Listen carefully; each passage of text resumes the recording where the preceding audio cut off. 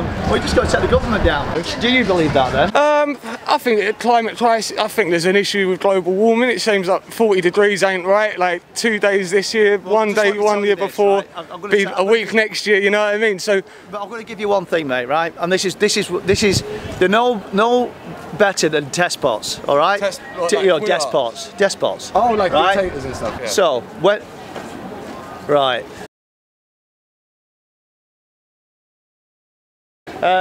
So when they're going to schools and have children believing they've only got 12 years to live, that's criminal. They're absolutely criminal. I saw the guy that talks monotone, I forgot what his name is now, and he was in there and he goes, you've only got 12 years to live. Greta Thunberg, that's looking like a little girl, which is actually a teenager, that is propaganda. Okay. Yeah, do you know what I mean? So I have seen it all. Okay, so you think like it's not even I don't think, mate. protest. I don't think. I know. You know that it's not authentic protest. Okay. So how long have you been doing this sort of thing? Like 10 years. My house was damaged by fracking. I found out about fracking and I beat the bastards. Yeah. So what would you like to see more of then? It is end party politics.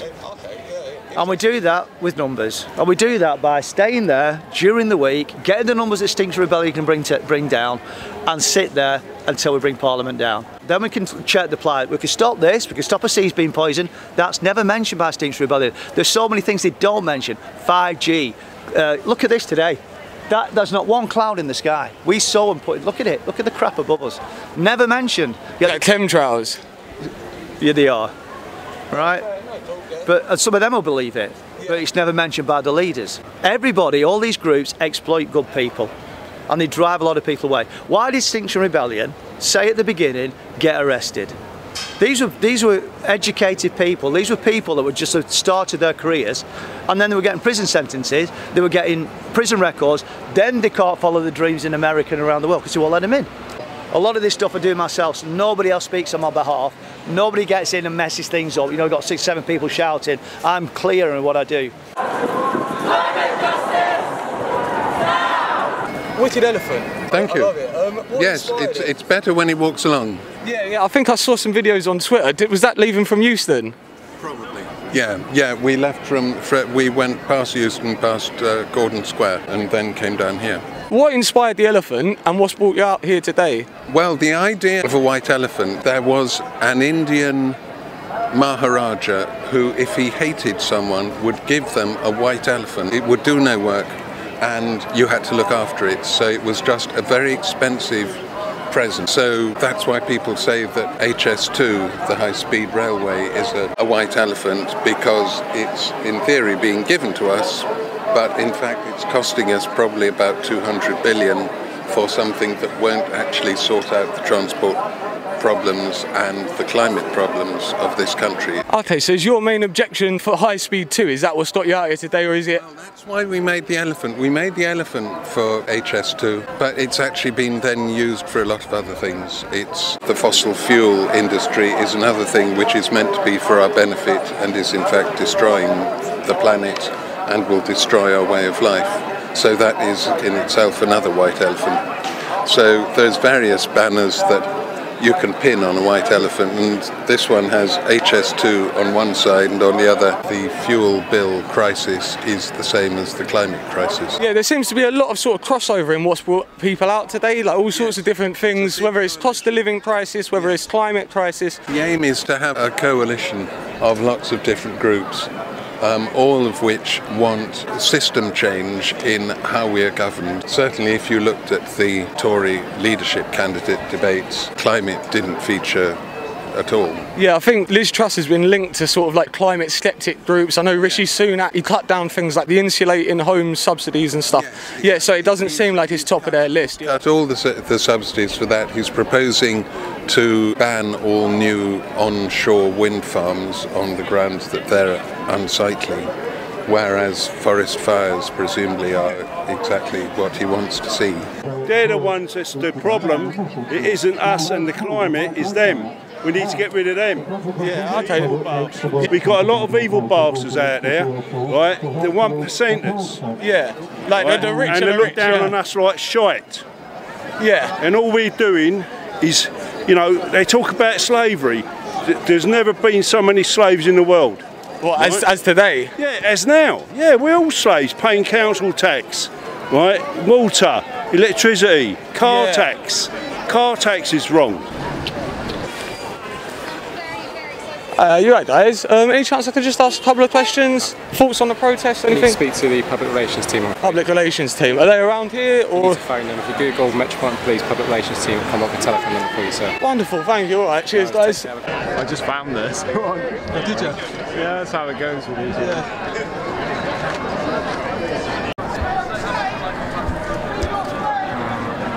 Earlier, I actually saw you up on the way, I think on Whitehall. There was a guy up on a platform sort of talking about chemtrails. Chemtrails! And I think you went up to him and you said, come march with us. That unity, is that sort of the vibe here today? Yeah, this campaign, Just Stop Oil, obviously we're all coming on a collective issue. So that particular incident you're talking about where it was, they've got a protest going on the side of the street, which seems to have a collective emphasis on what we're protesting about, but somehow that guy was managing to argue with us, even though we're on the same page. Yeah. If you know what I mean, which does interest me because we're all kind of looking for system change. I think the worst thing we can do is argue amongst ourselves when we're coming from progressively the same place, isn't it? One thing we've noticed, having chatted to a few people, there seems to be a little bit of negative feedback around Extinction Rebellion as a group. I don't know if that's like an internal politic kind of thing, or I don't know if you've seen anything like that. I know exactly what you mean, yeah, in terms of maybe that's true in terms of some form of internal policy disagreements that's becoming more public. But in terms of XR, I genuinely support XR and direct action. Prior to that, obviously you had the Friends of the Earth in the 90s, Greenpeace, got massive NGOs now, but you don't get local direct action from Greenpeace and Friends of the Earth. So I think what XR brought to the table was people on the street, and people on the street taking action, which is ultimately the only way we're going to get change. The most important thing is taking action. So yeah, I do support XR. I come to XR events. Yeah, long may it continue. Yeah, hopefully more in the future then as well. Yeah, we need the numbers, don't we? Like, the wiser I'm getting with the understanding of how little amount of time we have to actually do this, like to actually make the change. It's much easier to work with XR than to argue with them. And do you know what I mean? And to come as a collective of people and work it out between us and sit and have conversations. And you know, we are in our small little fractals of government working towards progressive conversation within us so that we're making decisions amongst us, so that we're not arguing and we're saying progressively this is what we've decided, we think this is the best policy, we're now going to take direct action to create that policy. Do you know what I mean? Like, so this is like a bit like, because I remember Extinction Rebellion did this when they held like the People's Assembly, didn't they? And that's when they came up with the manifesto. It's like quite a direct democratic sort of vibe. You know what I mean? You mentioned that you used to run with like a smaller crew. Like, whilst Extinction Rebellion, it's a blessing that they've got the numbers. It's also harder to manage that consensus when you've got those numbers. Exactly that. A consensus or an agreement amongst a large amount of people is always hard to find because of so many people in the first place. Potentially a problem nationwide and everywhere. Like, yeah, probably through all of time, right? Like getting enough people on board to try and do something. Yeah. Devolution to your local council. Like, I suppose the idea of the structure of democracy that we've got is supposed to be exactly that. We've got one big group of people that are representatives from each smaller group of people, and they're elected by their local constituents, and the councils are supposed to be democratic in their view, and people in the local constituents are supposed to be able to be democratic within that constituency of council. But everything's been privatised. The council don't actually have much policy on anything. Current government's policy is to privatise everything. From Tories have all they've ever done is privatise water. Yeah, and maybe it's even going to get worse with all of the sort of Thatcherism that's being sort of amped up at the moment in the leadership debate, right? Who's been the best ever leader of the Conservative Party? Well, from Margaret Thatcher. The private economy takes the conversation out of it, almost in the first place, you know what I mean? It leaves the people left governing not really much to govern on because they don't have a say on the private entity. Do you know what I mean? Like, without renationalising the private entities to actually give the people a voice again, do you know what I mean? Like, that we're creating a people's government. Do you know what I mean? And from the people's government we create people policy. And that has got to happen no other way, like we're saying, from people like us having those conversations, isn't it? We're heading towards 1.5. We was below zero pre-industrial levels. We're not at 1 degree yet, but we could get to 1.5 exponentially quicker than any of those previous years before. And the next jump, if you go on the NASA's website, if you look at the graph of atmospheric CO2, the next jump looks big. Do you know what I mean? Which could take us towards tipping point. So even if we transition and electrify all of our supply chains within 10 years, which is a mammoth task, we still might go over 1.5. Listen, Ryan, it's been a pleasure to speak to you. I think the old Bill was just waiting to speak to us. Yeah, like I said, that gentleman was fine with you, but one of the stewards just come up to us and he said somebody's gone to him saying they that's a shame, that's a shame. Like I say, you've not done anything wrong. It could also be the masks. Do you wear a different kind of mask? Because I find that mask quite nice. If I had a medical one on, maybe I'd slap that on now. But do you have any medical masks? We haven't got any on us. We'll have some on our carriers, but we've not got any in our pockets because obviously we're outdoors. It's a bit intimidating because you don't look like this. I mean, other people are wearing masks, I mean, and you're wearing a black mask right there. Yeah, I know. I would say that we haven't done anything wrong. But you're not, you're not intimidating. I didn't see you intimidating anybody, but it's just, everybody here wears colours and you look different and I think that's it's not good to, if we look different. I acknowledge we look a bit different to the other people here, but that's how we look as well. What you might be getting at is you come across a little bit out of place because obviously, as you said, everyone's here wearing sort of, I don't want to say uniform, but in essence a uniform with Extinction Rebellion marks on them or just the oil marks. And obviously you're just here wearing balaclava or approaching people.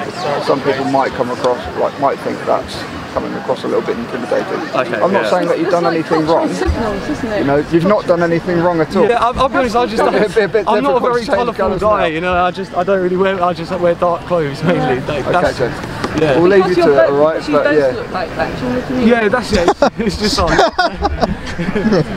You're both wearing balaclavas or masks and... Yeah. But we look different. I mean, I like to live in a country where I'm allowed to look a bit different. What's your name? Martin. Hi, I'm Ryan. It's nice to meet you. Thanks for agreeing to chat.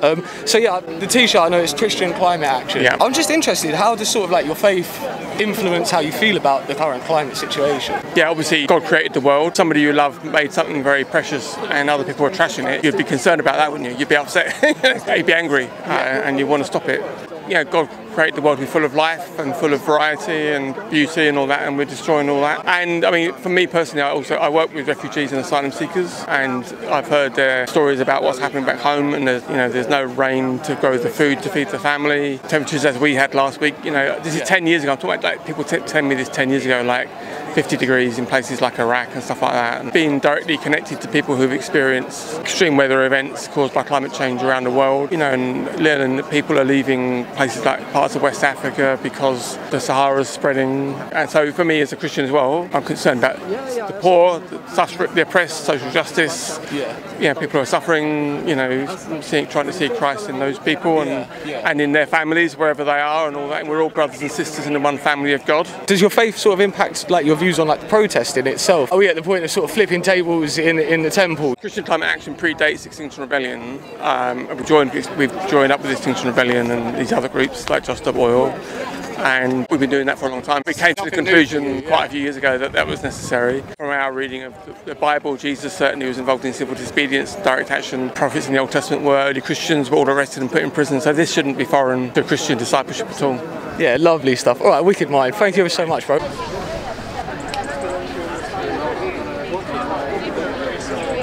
What's your name? Yeah, I'm good, man. My name is Boris. Today, really, it's just I wanted to calm down and learn more about climate change and how it's getting worse. Planet's deteriorating, and it's definitely been something that's I've want to get more educated on. I've also been to other protests, like the austerity march and the BLM protests, so I'm not an out-and-out activist. I can't pretend that I am, but I like to believe. Yeah, you've been turning up. Yeah, I try and make a difference. I always look into solidarity with people that are trying to make real change in society. Was there a moment where you saw something, you heard something, you thought, I need to catch up to speed here? You know what? I was watching David Attenborough, very informative. So basically, it was showing all these icebergs in the South Pole all melting, and it's affecting the polar bears and all the wildlife area of the world. Bears have to go further and right, south, it's all melting. There's so many factors that are involved, and it all comes down to us humans as a people. We have to come together and overcome this and get them to listen, or we take matters into our own hand. Yeah, yeah, I think it was that really, and I was like, you know what, I need to look into this more, you know, because people don't want to have kids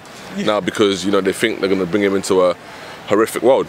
Yeah, that's a big thing, right? Like exactly, yeah, into a world that's deteriorating. And my girlfriend, she was one of those people, and I was like, hold on, what? You're not going to want to have kids because, look, come on.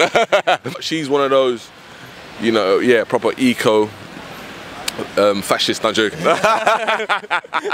heard about those people? What have you learned, like, from today so far? The MPs don't want to do nothing about it because obviously they're frontmen, you know, for the billionaires, and also obviously the planet is getting hotter. How did you find Monday and Tuesday? Science. Woo!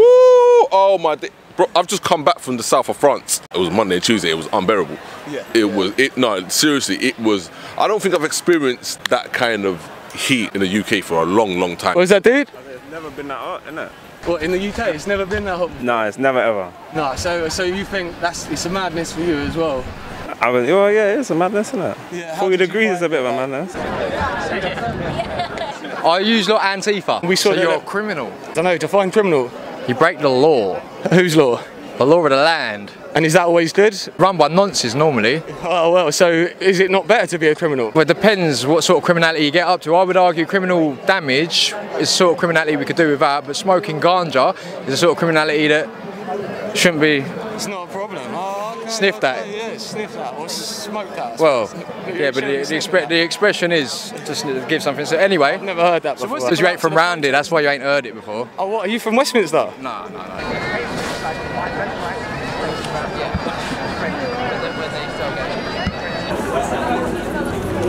So hi Bruce, cheers for speaking to us, dude. So you're here helping Just Stop Oil organise this protest today. How do you think it's gone? I think it's gone pretty well. We've had a pretty good turnout. I feel like it's been a much kind of broader scope of people than we usually see on environmental things. I suppose that's because we're tying different issues together. You know, we're calling out the cost of living crisis and the climate crisis what they really are. They're just two symptoms of one crisis, along with racial injustice, gender injustice, etc, etc, etc. The one crisis is the system that is completely exploitative, that is absolutely content on destroying us and is absolutely unsustainable. You know, it will collapse at some point. Is it hard to manage, like, different groups, maybe different priorities, different sort of outlooks or attitudes on what the protest should look like from an organisational point of view?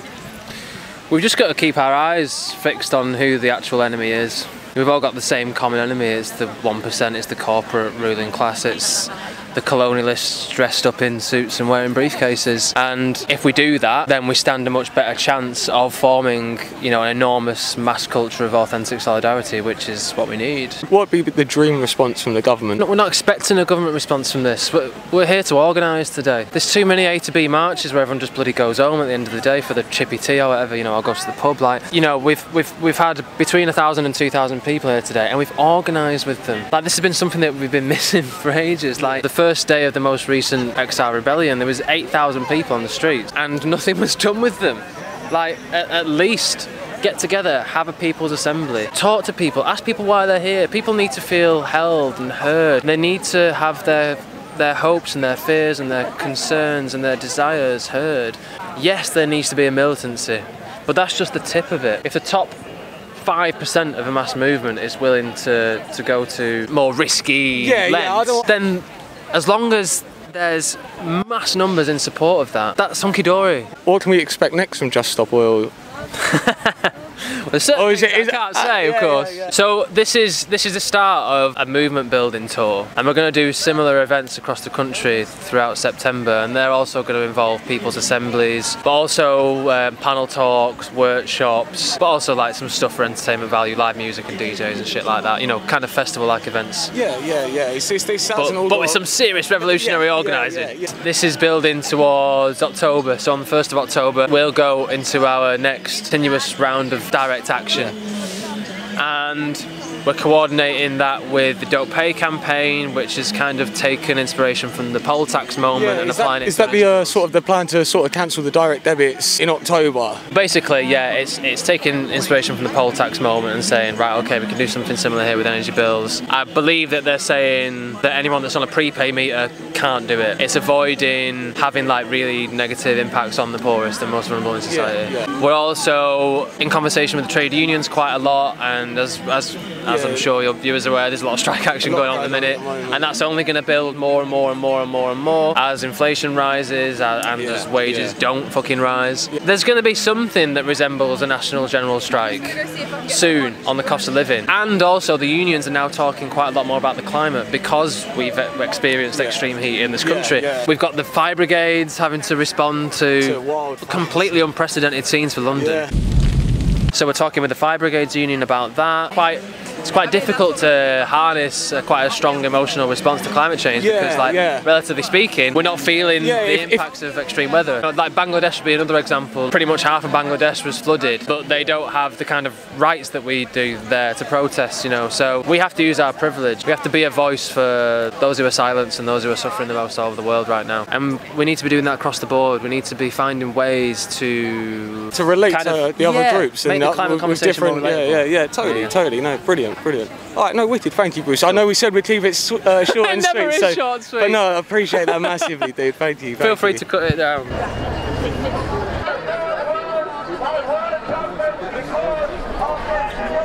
What's brought you out here today? I'm working in coalition with BLM Leeds with Just Stop Oil, so I've just started working with Just Stop Oil.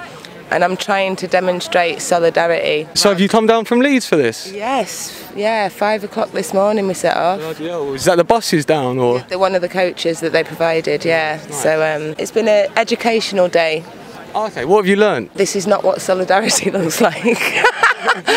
No joke. For me, if you're going to ask for coalition with organisations as big as BLM, then you learn more about BLM and what our ethos is, and you learn how to be a good ally. And good allyship is how you form good solidarity and coalition, and that just hasn't been quite demonstrated today. So it's given me enough props to learn what they need to learn, and I'm willing to work with that. But they need to do that step before they do this one, because there's only me at risk here and dressed like this. My outfit is a serious political statement, and so is my skin, and without me it doesn't matter what I wear. I was born into politics without even realising it, but then to work with so many activist groups and try and work together as a team for somebody as well established as BLM, know what the score is and deal with it accordingly. Even though that my main heart and ethos is BLM all the way, I'm very aware that you're not going to end racism until you end poverty, and you're not going to end poverty until you end climate change. So this coalition is so important. The message should just be loud and clear. One voice, one people, one love, and that's what it's going to take to create the change that we need to see. I think there's going to be more of sort of like not just protests like these, but I think sort of follow-ons from today. What would you say needs to be at the next one? It's direct feedback, and for any group or any organisation or any company to grow, you need that constructive criticism, else you're just going to be on this revolving door. So the changes that they need to make is looking at the solutions that BLM have come up with as well, looking at the diversity of their teams, not just with age and gender and religion, but race. Look around, there's not much diversity where race is concerned. We haven't got the same privileges that you have, so don't have us rocking up, all exposed, all vulnerable, and then not have the allyship to look after us when that time comes. I don't know what all groups are here, and I don't know whether they're friend or foe to me. They're friend or foe to you because you're all white people. I'm not in that category, and you need to accept that and help me out to help me help you. Hashtag solidarity. Solidarity forever. I love you stuff. Cheers, River. Thank you.